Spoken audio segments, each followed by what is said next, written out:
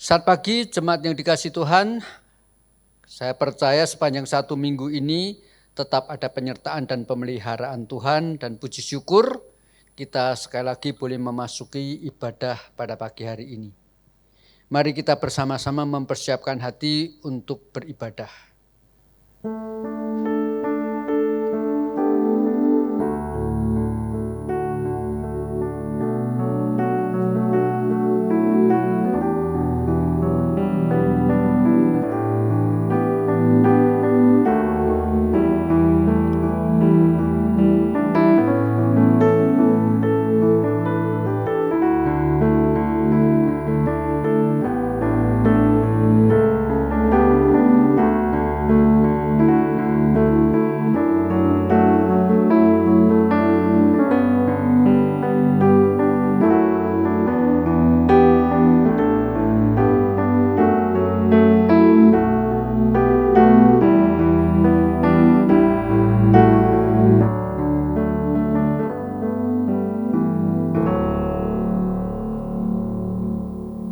Pertolongan kita adalah dalam nama Tuhan yang menjadikan langit dan bumi, yang setia sampai selama-lamanya dan yang tidak meninggalkan pekerjaan tangannya. Turunlah kiranya atas kita sekalian kasih karunia dan damai sejahtera dari Allah Bapa kita dan dari Tuhan kita Yesus Kristus. Amin.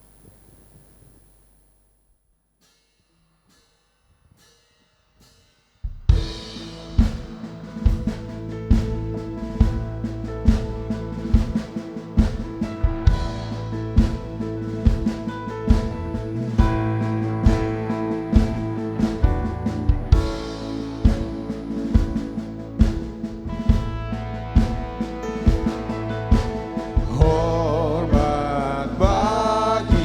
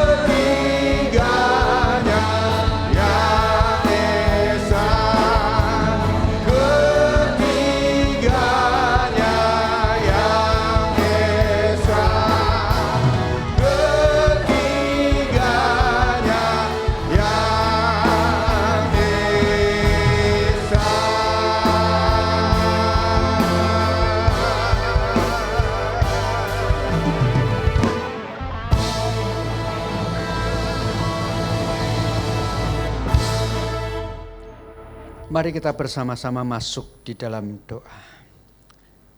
Ya Tuhan, kami mengucap syukur sebab ibadah kami dilakukan di dalam nama Bapa yang menciptakan langit dan bumi. Yang kami selenggarakan karena kesadaran akan pengampunan dari dosa yang dilakukan oleh Kristus di atas kayu salib. Dan yang kami percaya sekarang ini di dalam Roh Kudus, gereja senantiasa memelihara gerejanya. Terima kasih Tuhan, kami boleh tetap pada pagi hari ini beribadah kepada Engkau, memuji-muji dan memuliakan kebesaran Allah Tritunggal. Dan pada saat yang sama kami terus-menerus diingatkan kami sebagai umat tebusan-Mu harus menghidupi keyakinan iman kami di dalam kehidupan kami setiap hari. Termasuk pada pagi hari ini Tuhan, di dalam segala keterbatasan karena sebaran COVID, kami tetap menyelenggarakan ibadah via online. Itu pun bagian daripada kami mau senantiasa mengagungkan dan memuji-muji Engkau ya Allah kami. Oleh karena itu Tuhan, bersedialah Engkau menikmati ibadah kami ini yang kami lakukan, baik di rumah kami masing-masing maupun di gereja yang kami lakukan sekarang ini. Tuhan, nikmatilah setiap puji-pujian yang kami nyanyikan. Tuhan, berkenanlah Engkau atas setiap ucapan-ucapan dan segala yang kami pikirkan sepanjang kami beribadah. Dan khususnya ya Tuhan, firman yang akan kami bacakan, kami renungkan, biarlah sekali lagi mengenyangkan rohani kami. Tuhan, itu sebabnya dari awal sampai akhir ibadah kami ini kami serahkan ke dalam tangan-Mu. Berkenanlah Engkau Tuhan menguasai segala-galanya. Kami mengucap syukur di dalam nama Tuhan kami, Yesus Kristus. Amin. Shalom kembali, selamat pagi. Jemaat Tuhan dimanapun saudara berada. Shalom. Bapak Ibu, pagi hari ini kita mau katakan, kita mau bersuka di hadapan Tuhan. Mari kita bersuka atas hari yang telah dijadikan Tuhan. Haleluya. Berikan sorak-sorai buat Tuhan sekali dulu.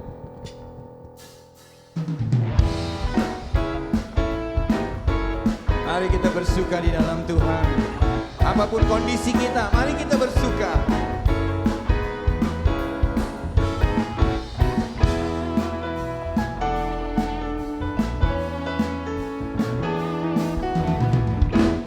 Hari ini, hari yang telah dijadikan Tuhan. Mari kita bersuka. Hari ini, hari yang telah dijadikan Tuhan. Mari kita bersuka di dalam Tuhan. Bersuka di dalam Tuhan. Bersuka, bersuka dalam Tuhan. Mari bersuka, bersuka citalah. Bersuka, bersuka dalam Tuhan. Sekarang bersuka, bersuka citalah. Haleluya. Mari kita bersuka. Karena hari ini hari yang telah dijadikan Tuhan.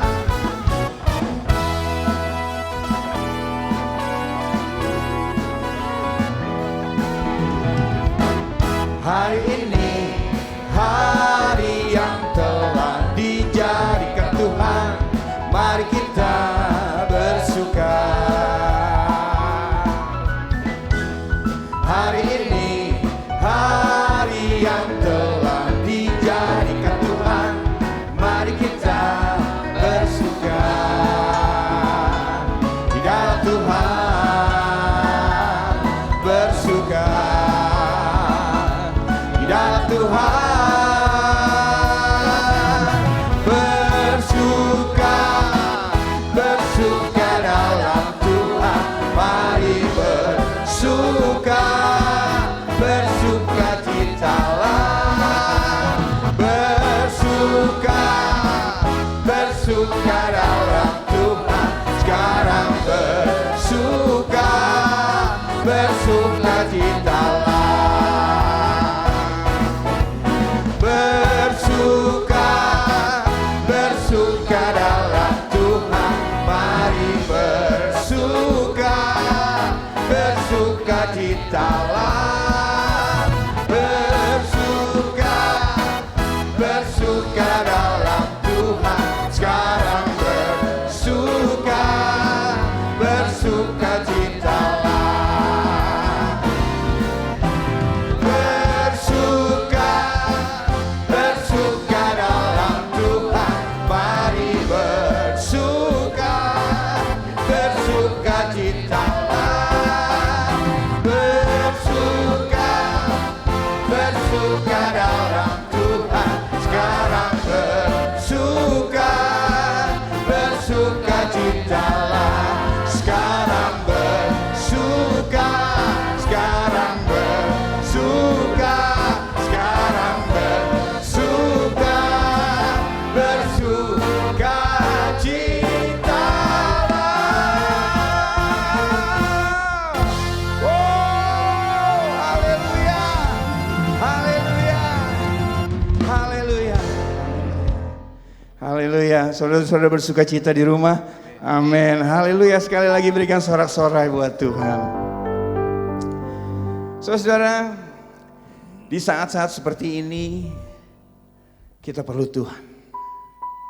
Tapi banyak sekali hal-hal yang membuat kita ragu. Kita pikir Tuhan ada di mana. Saudara, saya mau kasih tahu bahwa Tuhan yang saudara dan saya sembah adalah Tuhan yang setia, yang tidak pernah meninggalkan saudara dan saya barang sedetik pun. Mari kita andalkan Tuhan saja dalam hidup kita. Mari kita percaya hanya Tuhan saja dalam hidup kita. Karena Dia adalah sumber kekuatan kita, sumber pengharapan kita, sumber kedamaian kita. Dan Dia adalah penyembuh kita, pemulih kita, dan Dia yang memberkati kita semua. Haleluya, haleluya.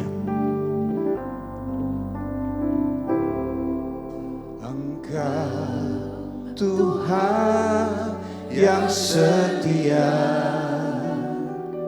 waktumu selalu yang terbaik. Engkau Tuhan sandaranku, dan ku hanya kan berharap padamu. Satu-satunya yang ku andalkan, satu-satunya yang ku percaya. Engkau sumber kekuatan, sumber pengharapan, sumber kedamaian. Satu-satunya yang ku andalkan, satu-satunya yang ku percaya. Engkau Tuhan memberkati, Tuhan penyembuhku, Tuhan pemulihku.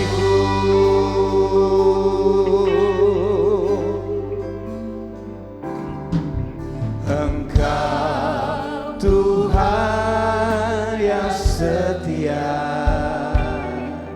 waktumu selalu yang terbaik. Terima kasih Tuhan. Engkau Tuhan sandaranku, dan ku hanya kan berharap padamu. Satu-satunya yang ku andalkan, satu-satunya yang ku percaya. Engkau sumber kekuatan, sumber pengharapan, sumber kedamaian. satu-satunya yang ku andalkan, satu-satunya yang ku percaya.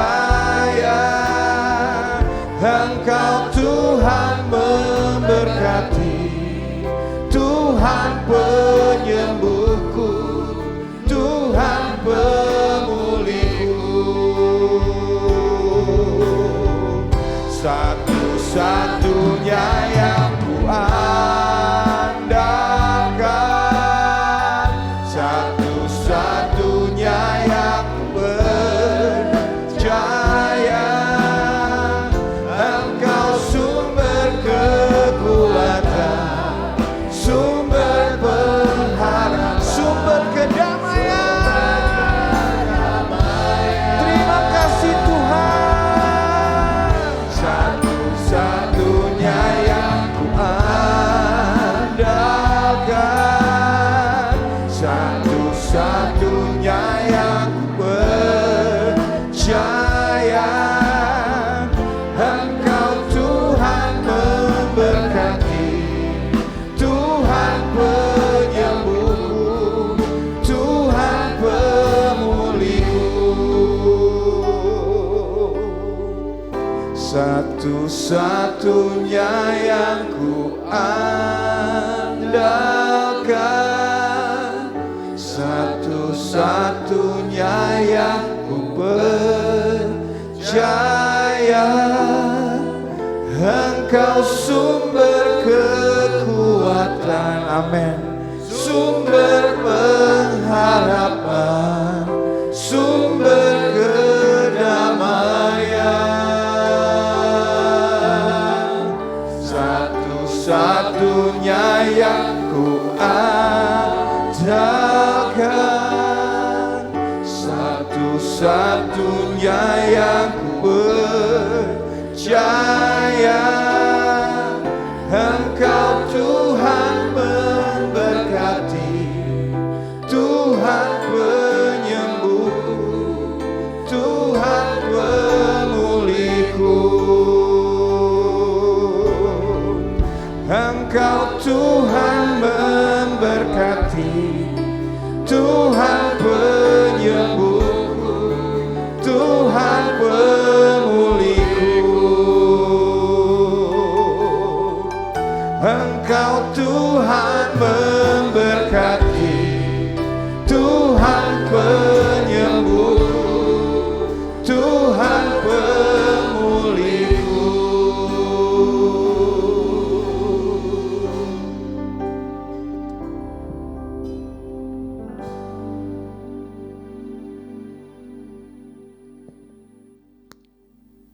Tuhan, terima kasih Engkau senantiasa hadir di dalam segala keadaan kehidupan kami. Dan kami percaya hari ini Engkau akan hadir menyapa setiap kami melalui firman yang kami baca, sebagaimana Engkau sudah menyapa kami melalui puji-pujian yang kami nyanyikan. Tenangkan hati dan pikiran kami Tuhan untuk membaca dan merenungkan firman-Mu.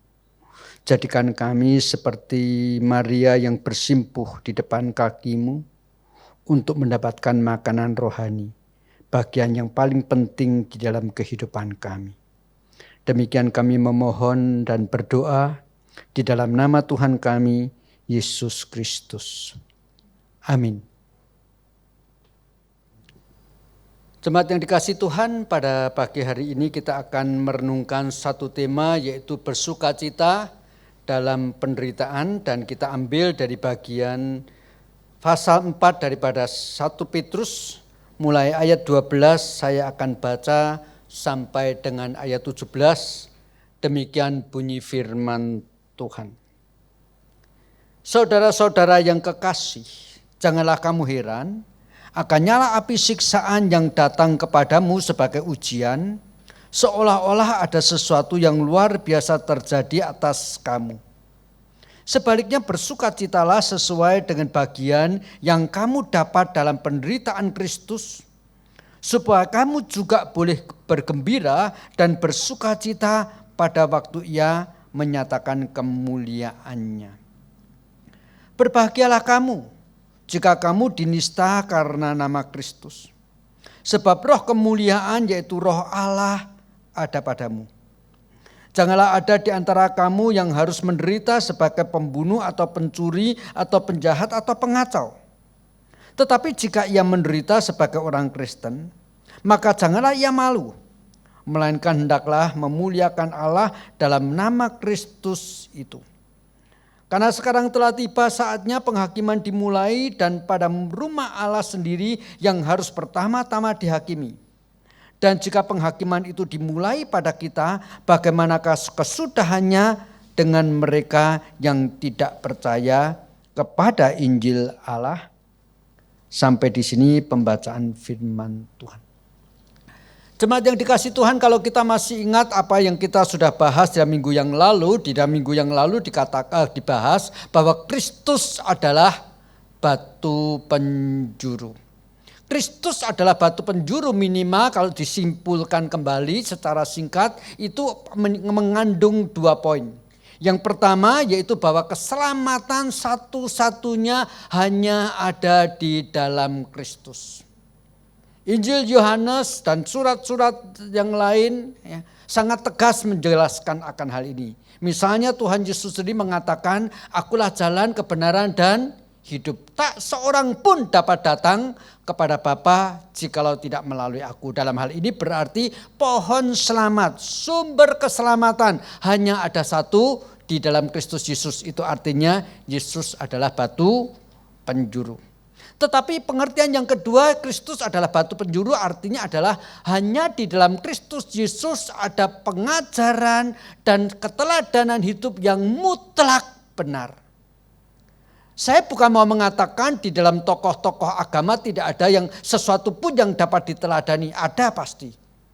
Kita bisa meneladani ketaatan Musa, tetapi Alkitab dengan belak-belakan juga mencatat kelemahan-kelemahan Musa.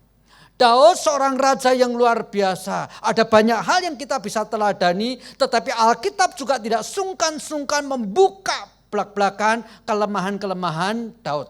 Nabi-nabi yang dicatat dalam Alkitab satu persatu. Ada banyak hal yang bisa kita teladani, tetapi tidak mutlak benar seluruh kehidupannya dapat diteladani. Maka Kristus adalah batu penjuru. Maka mempunyai pengertian yang kedua, ajarannya mutlak benar sekaligus cara hidupnya 100% kita boleh teladani karena tidak ada yang salah sama sekali di dalam kehidupan Kristus. Sebab Kristus adalah manusia satu-satunya yang sempurna, yang mengenakan tubuh yang lemah tetapi tidak jatuh di dalam dosa. Yang menghadapi semua ujian-ujian tetapi tidak jatuh di dalam dosa. Ini pengertian daripada Kristus adalah batu penjuru. Maka pada bagian selanjutnya setelah Petrus menegaskan tentang Kristus adalah batu penjuru, pada pasal yang keempat ini Petrus mengajak kita untuk memahami bagaimana sikap dan mengerti apa itu sebetulnya penderitaan. Di dalam ayat yang ke-12 dikatakan, saudara-saudara yang kekasih, jangan kamu heran akan nyala api siksaan yang datang kepadamu sebagai ujian. Jangan kamu heran. Pakai bahasa yang lagi ngetren sekarang ini, nggak usah lebay. Penderitaan itu adalah sesuatu yang normal, adalah sesuatu yang wajar, nggak usah terlalu terkaget-kaget gitu loh. Di dalam kehidupan penderitaan itu adalah sesuatu yang bagian daripada natur sejak manusia jatuh dalam dosa. Maka ketika sebagai orang percaya menghadapi penderitaan, tidak usah kaget, tidak usah heran bahwa ini seolah-olah luar biasa.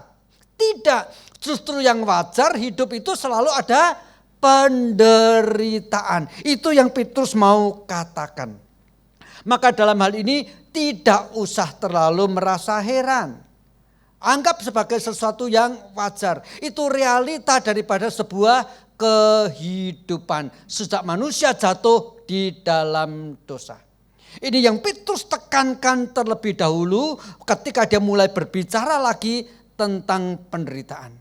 Sebab pada waktu kita tidak mempunyai konsep tentang penderitaan yang benar, maka mau tidak mau akhirnya konsekuensinya cara kita menghadapi penderitaan juga akan menjadi tidak benar. Tetapi jikalau kita mempunyai konsep yang benar tentang penderitaan, sikap kita menghadapinya pun menjadi tepat. Itu sebabnya Petrus mengatakan, tidak usah heran kalau kita menghadapi penderitaan. Anggap itu sebagai sesuatu yang biasa-biasa saja. Yang kedua, sebetulnya pada waktu Petrus mengatakan jangan anggaplah sebagai sesuatu yang biasa. Kita harus tahu bahwa di dalam bagian-bagian sebelumnya Petrus juga sudah mengatakan bahwa sebetulnya segala sesuatu itu dikendalikan oleh Allah. Tidak ada satupun yang terjadi dalam dunia ini yang lepas daripada kendali Allah, yang lolos daripada perhatian Tuhan. Jadi jikalau segala sesuatu itu dikendalikan oleh Tuhan, tidak ada yang lolos dari perhatian Tuhan, ngapain heboh gitu loh kalau ada penderitaan? Sebab penderitaan itu pun berarti juga dikendalikan oleh Tuhan. Dan jikalau penderitaan itu dikendalikan oleh Tuhan, maka sebagai yang percaya bahwa Tuhan itu selalu baik, khususnya kepada umat-umat tebusannya, maka berarti penderitaan ini pun motif yang Tuhan lakukan dan izinkan terjadi baik adanya. Di dalam pengertian yang seperti inilah itu sebabnya Petrus mengatakan anggap saja penderitaan itu sebagai ujian. Sebab motif daripada Allah mengizinkan hal ini adalah untuk menumbuhkan iman percaya daripada umat tebusan. Jadi ini poin pertama, penderitaan adalah sesuatu yang wajar. Poin kedua, kita harus percaya bahwa ini semua dikendalikan oleh Allah. Dan karena Allah yang mengendalikan, maka motif dan tujuan akhirnya baik untuk umat percaya. Itu sebabnya di ayat yang ke-12 dikatakan, anggaplah sebagai satu ujian. Tujuan daripada ujian jelas. Untuk membuat seseorang akhirnya melalui ujian itu menjadi semakin lebih baik daripada sebelumnya. Meningkat dibandingkan sebelumnya.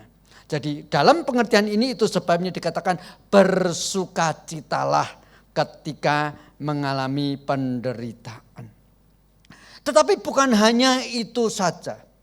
Tadi kita jelas Petrus ini di dalam bagian ini mengatakan bahwa penderitaan itu sebetulnya hanya ada dua pilihan. Ketika kita mengalami penderitaan, saya baca lagi. Berbahagialah kamu jika kamu dinista karena nama Kristus sebab roh kemuliaan yaitu roh Allah ada padamu. Jangan ada di antara kamu yang harus menderita sebagai pembunuh atau pencuri atau penjahat atau pengacau. Jadi sebetulnya pada waktu bicara soal penderitaan hanya ada dua pilihan. Pilih mana? Menderita karena benar atau menderita karena dosa. Tidak ada pilihan yang lain.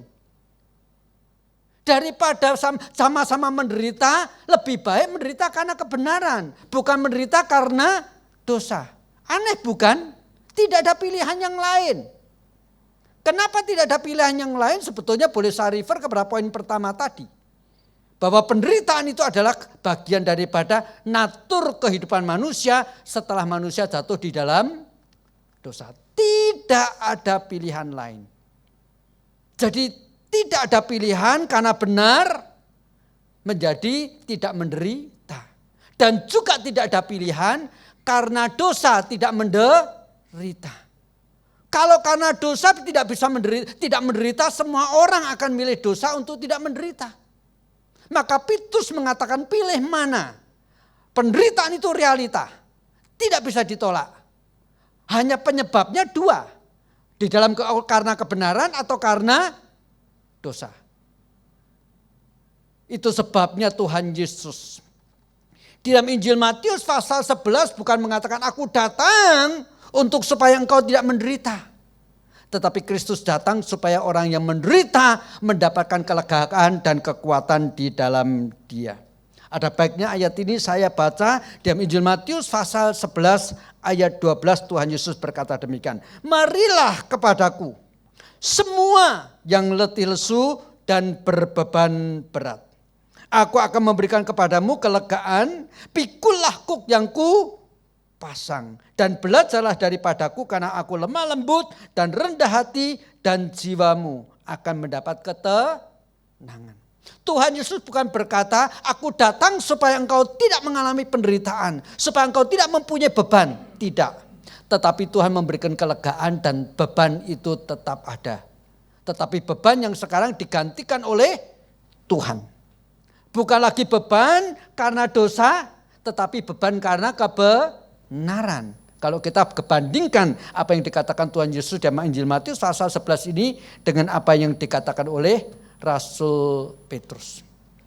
Hidup tidak mungkin tanpa beban. Cuman mau pilih beban yang dari mana? Beban yang karena kita pikul karena dosa kita, atau beban karena kebenaran, dan Tuhan memberikan beban itu, tetapi Tuhan menyertai di dalam kita berjalan memikul beban itu. Saudara kekasih dalam Tuhan Yesus Kristus, banyak orang Kristen salah konsep tentang penderitaannya. Ketika dia berbuat dosa, lalu kemudian menderita karena dosa, akibat dosa yang dilakukan, lalu dia ngomongnya dirohanikan. Ya, ini salib dari Tuhan. Kelewatan, bertobatlah kalau engkau menderita karena dosa, dan jangan bilang itu salib dari Tuhan. Tuhan tidak pernah memberikan kepada kita salib karena dosa-dosa kita. Tuhan meminta kita memikul salib karena kita berjalan di dalam kebenaran. Beda sekali. Maka di dalam pengertian ini sebetulnya sekali lagi ketika dikatakan kenapa Petrus ini meminta kita di dalam menderita itu ada sukacita karena 3 hal tadi. Tetapi yang keempat sebetulnya kalau kita perhatikan dalam 1 Petrus pasal yang keempat ini, kita lihat, saya baca lagi di dalam ayat yang ke-17. Karena sekarang telah tiba saatnya penghakiman dimulai, dan pada rumah Allah sendiri yang harus pertama-tama dihakimi. Melalui ayat ini berarti Petrus memang mau mengatakan penderitaan ini seolah-olah meningkat. Bobotnya, kualitasnya semakin berat, semakin sulit dijalani. Dan itu dikaitkan kalau tadi di dalam ayat yang ke-12 pakai istilah ujian, sekarang ini dikaitkan dengan penghakiman. Jadi memang tidak bisa dipungkirin penderitaan mempunyai 2 aspek. Kalau itu dilakukan dari sisi yang dilakukan oleh Tuhan. Yang pertama tadi dikatakan itu adalah sesuatu yang wajar. Itu sebabnya juga di dalam bagian ini Petrus mengatakan Kristus pun ketika menjadi manusia konsekuensinya juga menderita. Sebab itu natur daripada sejarah manusia. Konsekuensi Allah yang kekal, firman menjadi manusia, masuk di dalam sejarah. Dia pun tidak bisa hindar daripada penderitaan ini. Tetapi Kristus menderita karena kebenaran. Dia menderita karena harus taat di dalam kuasa duniawi yang waktu itu sebetulnya kalau dia mau melawan bisa. Tetapi dia justru memberikan keteladanan. Saya katakan ini karena di dalam pasal yang ketiga sebetulnya Rasul Petrus juga berbicara penderitaan itu bisa datang karena 2 sebab. Yang pertama misalnya karena gejala-gejala alami. Misalnya seperti yang kita alami sekarang ini, sebaran COVID-19 itu membuat banyak orang menderita. Setiap kita merasakan banyak kesulitan. Itu faktor-faktor alami. Tetapi penderitaan juga bisa terjadi karena kuasa-kuasa atau orang-orang yang jauh lebih kuat daripada diri kita. Itu sebabnya dalam pasal ketiga Rasul Petrus pernah berbicara, hai hamba-hamba, taatlah kepada majikanmu. Hai orang-orang Kristen, taatilah pemerintahmu. Sekalipun dalam banyak hal kadang-kadang pemerintah melakukan hal yang tidak benar menurut kacamata kebenaran firman Tuhan. Tetapi inilah salah satu faktor, alasan kedua penderitaan bisa dialami oleh orang percaya. Dalam hal inilah Kristus ketika ia hidup di bawah pemerintahan Pontius Pilatus. Dia disalibkan oleh karena keputusan Pontius Pilatus yang kolusi dengan para imam-imam dan ahli-ahli Taurat, itu Kristus tetap mentaati dan menjalaninya karena itu konsekuensi. Tetapi terlepas daripada hal ini, bagiannya dan aspek lain daripada penderitaan yang disinggung oleh Petrus di dalam ayat 17 tadi, yaitu penghakiman. Dengan semakin dekatnya kedatangan Kristus dan penghakiman sudah mulai terjadi, maka konsekuensinya penderitaan bisa semakin meningkat. Dan dalam konsep yang seperti ini Petrus berkata bersukacitalah. Kok aneh gitu loh ya. Saya mencoba menjelaskannya melalui sebuah ilustrasi, misalnya ketika seorang petarung, katakanlah dalam hal ini petinju. Seorang petinju yang ikut di dalam pertandingan, tetapi bukan pertandingan yang cuma A lawan B begitu, tidak. Tetapi misalnya di dalam pertandingan tinju di sebuah olimpiade. Maka satu petinju itu harus bertinju berulang kali. Dari babak penyisihan sampai perempat final, lalu semifinal, dan akhirnya masuk ke final. Apa yang terjadi dan yang dialami oleh petinju yang mulai ikut daripada babak penyisihan sampai masuk ke babak semifinal. Lawannya makin lama makin kuat. Tetapi ketika lawannya makin lama makin kuat, seorang petinju yang rindu dan ingin mendapatkan juara bukan berduka cita ketika lawannya makin lemah. Tetapi semakin bersukacita karena apa? Kemungkinan mendapatkan juara sudah semakin dekat. Ini ilustrasi, tidak bisa 100% cocok. Tetapi Petrus berkata bersukacitalah. Sebab apa? Ini saat penghakiman sudah semakin dekat. Ini sudah dekat finish. Ini sudah dekat dengan piala yang akan berhasil jikalau kita terus bertekun sampai akhir. Bersukacitalah. Tetapi bukan hanya sampai di sana saja Petrus berkata. Di ayat yang ke-17 kalau saya baca di bagian akhirnya ditutup dengan satu pertanyaan yang tidak perlu dijawab. Bagaimanakah kesudahan dengan mereka yang tidak percaya kepada Injil Allah? Tadi dikatakan kalau kita orang percaya ini menderita karena penghakiman, ujian itu seperti penderitaan itu seperti ujian nyala api yang membakar.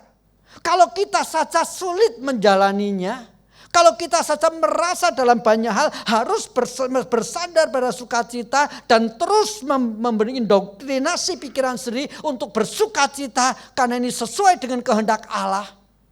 Kalau kita orang percaya saja berat menjalani, apalagi orang-orang yang tidak mengenal Injil Allah. Artinya apa? Penderitaan itu kembali lagi saya refer kepada poin keempat. Bagian normal daripada kehidupan orang. Mau percaya, mau tidak percaya, percaya Tuhan, mau tidak percaya Tuhan, semua mengalami penderitaan. Itu sebabnya di ayat 17 bagian akhir ini dikatakan sama-sama mengalami penderitaan. Orang percaya saja hampir-hampir, maaf kata, tidak tahan tetapi harus bersukacita.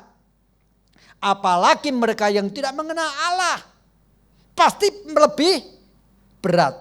Dalam kondisi lebih berat, tidak ada pertolongan dan penyertaan Tuhan. Dalam kondisi berat, mereka tidak punya contoh bagaimana harus menjalani kehidupan menghadapi penderitaan. Maka menjadi pertanyaan bagaimana mereka ini sebetulnya harus dijawab. Ya kalau kita kasihan dengan mereka, beritakanlah Injil kepada mereka. Untuk hal ini saya akan membandingkan dengan apa yang dikatakan oleh Rasul Paulus di dalam Efesus pasal yang kedua. Dalam surat Efesus pasal yang kedua saya akan baca demikian bunyinya. Itu di dalam ayat yang tunggu sebentar saya buka. Ayat yang ke-11 sampai dengan ayat yang ke-13. Maaf kata ayat ini kalau kita tidak hati-hati terkesan ayat ini sangat rasis. Tetapi justru Paulus mau mengatakan bandingkan hidupmu yang dulu dengan hidupmu yang sekarang. Saya baca Efesus pasal 2 mulai ayat 11. Karena itu ingatlah bahwa dahulu kamu sebagai orang-orang bukan Yahudi menurut daging yang disebut orang-orang tak bersunat oleh mereka yang menamakan dirinya sunat, yaitu sunat lahiriah yang dikerjakan oleh tangan manusia. Ayat 12 itu penting.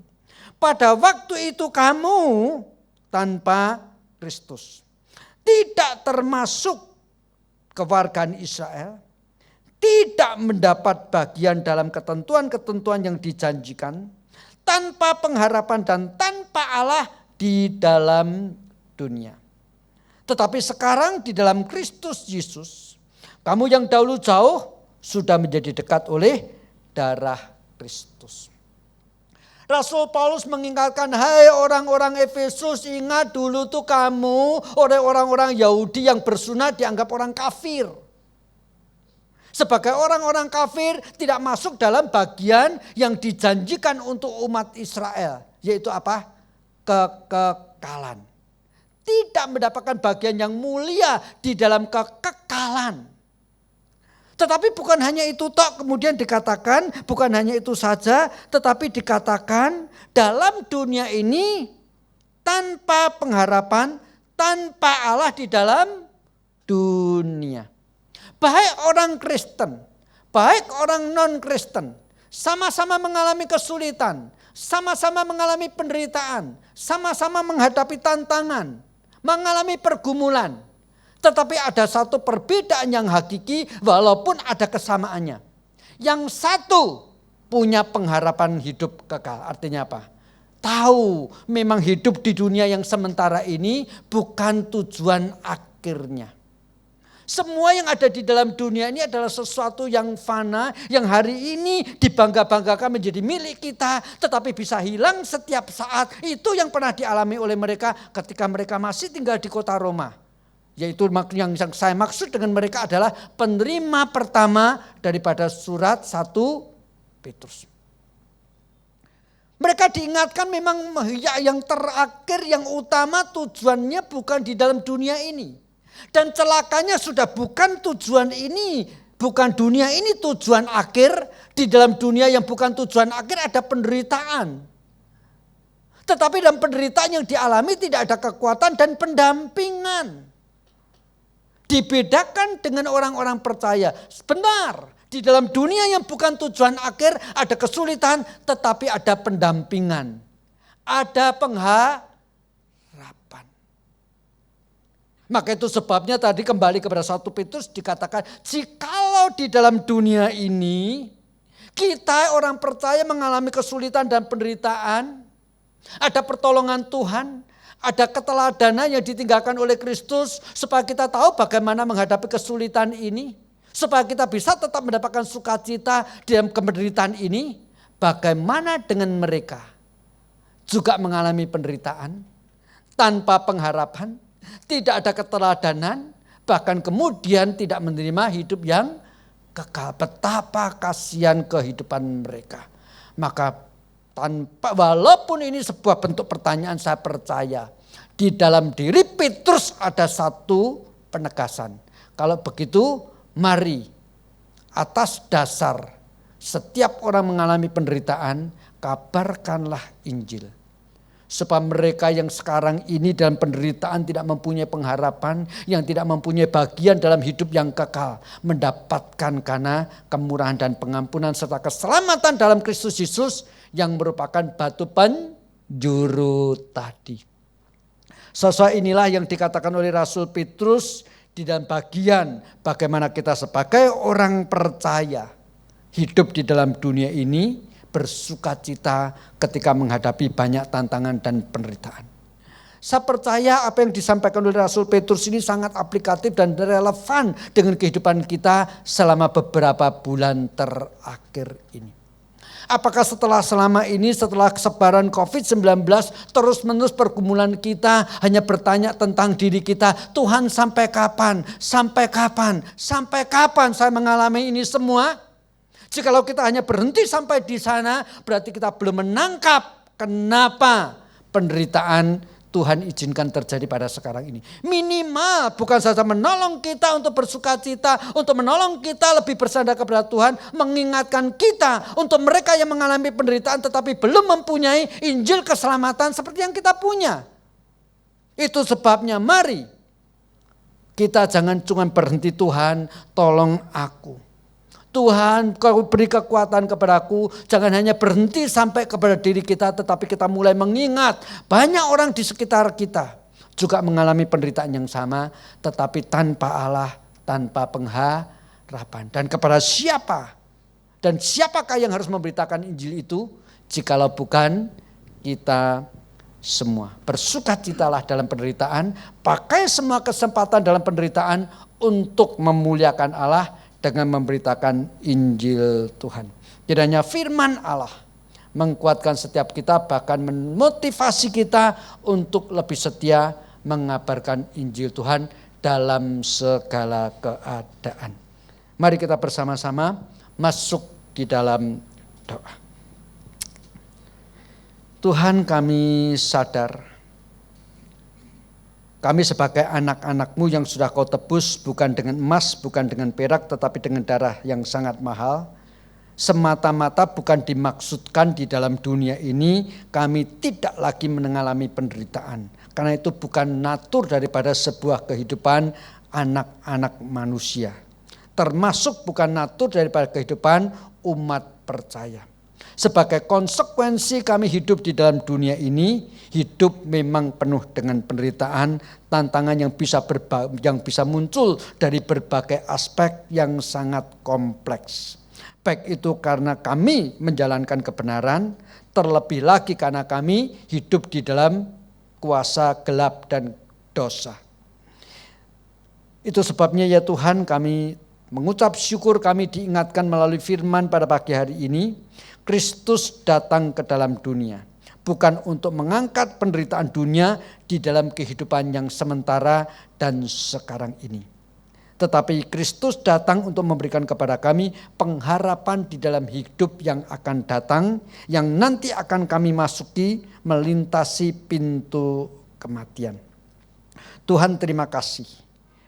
Di dalam dunia yang sementara ini kami mengalami kesulitan, tetapi ada pengharapan, ada penyertaan dan pendampingan daripada Allah yang Maha Mengasihi kami. Ajarkan kepada kami Tuhan menghadapi penderitaan-penderitaan ini, kami anggap sebagai satu sukacita, karena motivasi daripada semuanya itu supaya kami boleh lebih dekat, bahkan setingkat lebih tinggi daripada hidup kami sebelumnya.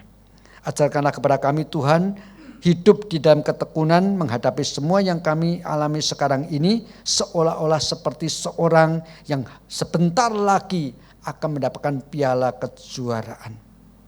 Pada saat yang sama kami berdoa ya Tuhan, berikanlah kepada kami rasa yang peduli kepada orang-orang di sekitar kami.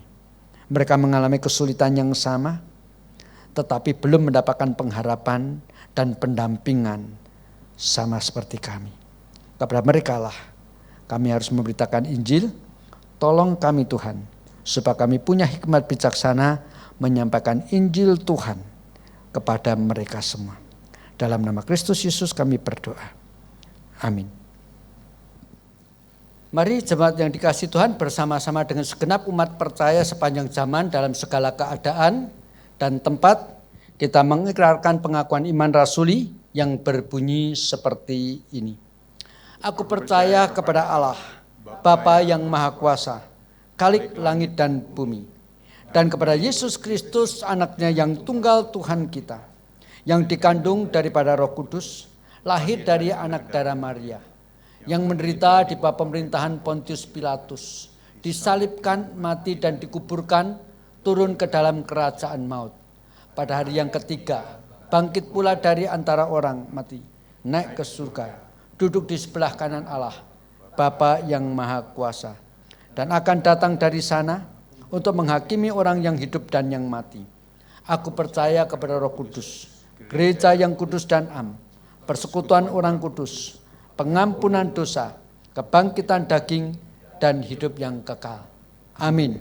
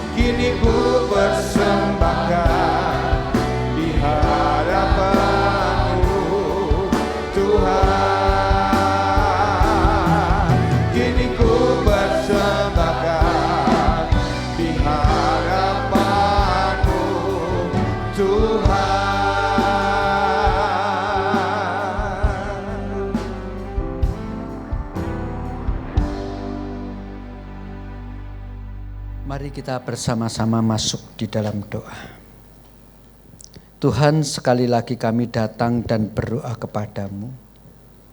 Kami bukan meminta supaya di dalam kehidupan kami ini, kami tidak menghadapi tantangan, kesulitan, ujian, bahkan pencobaan. Tetapi yang kami rindu dan yang kami minta, biarlah ketika kami menjalani semuanya itu, Engkau senantiasa menyertai kami, menolong kami, bahkan mengingatkan kepada kami, bahkan jikalau perlu memukul kami ketika kami mencoba keluar dari jalan yang seharusnya kami jalani. Tuhan, kami lebih suka memilih mengalami penderitaan karena hidup di dalam kebenaran, daripada kami menderita karena kelemahan dan dosa-dosa yang kami perbuat. Tuhan, terima kasih. Jikalau kami sekarang ini boleh mengalami penderitaan, justru mengingatkan kami bahwa Engkau pun ketika mengutus anakmu menjadi manusia, anakmu juga menderita.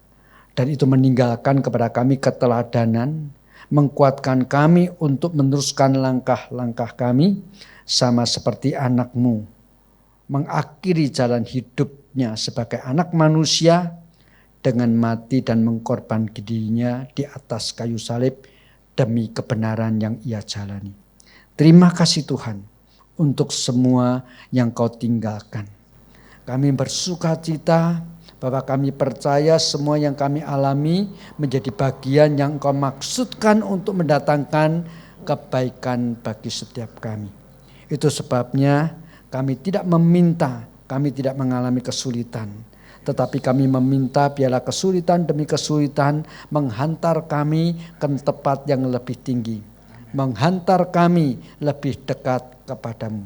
Terima kasih Tuhan. Oleh sebab itu, maka hari ini Tuhan sekali lagi kami semua hamba-Mu menyerahkan setiap jemaat-Mu ke dalam tangan penyertaan-Mu.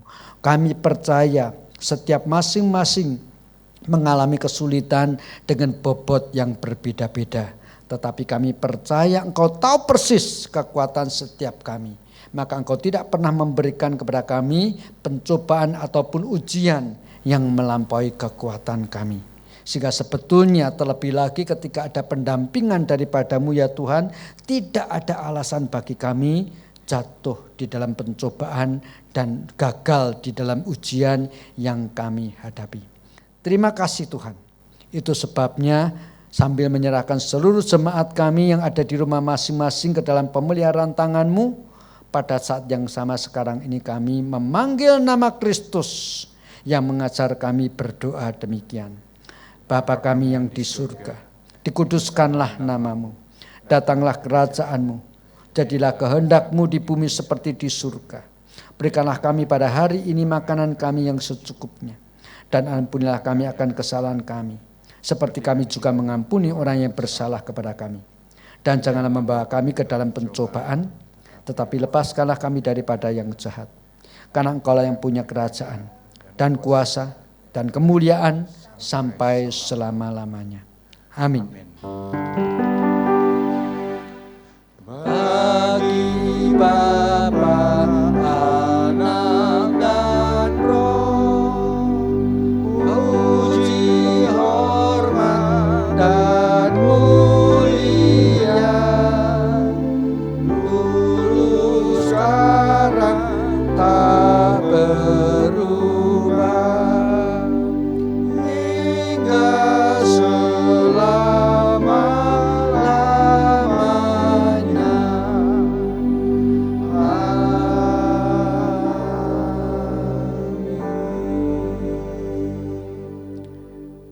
Jemaat yang dikasihi Tuhan, terimalah berkat daripada Tuhan. Kiranya kasih karunia daripada Allah Bapa, cinta kasih dan damai sejahtera dari Tuhan Yesus Kristus, pimpinan dan penyertaan, pertolongan bahkan persekutuan di dalam Allah Roh Kudus, menyertai saudara-saudara sekarang ini sampai selama-lamanya. Amin.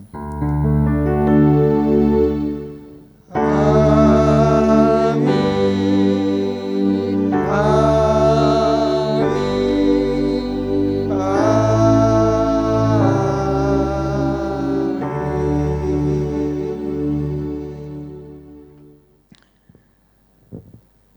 doa teduh, ibadah selesai. Jemaat yang dikasih Tuhan, percayalah sekalipun penderitaan kita tidak tahu sampai kapan akan kita alami, tetapi satu hal, kita semakin dekat dengan kemenangan itu. Shalom. Sampai jumpa minggu depan. Tuhan Yesus memberkati.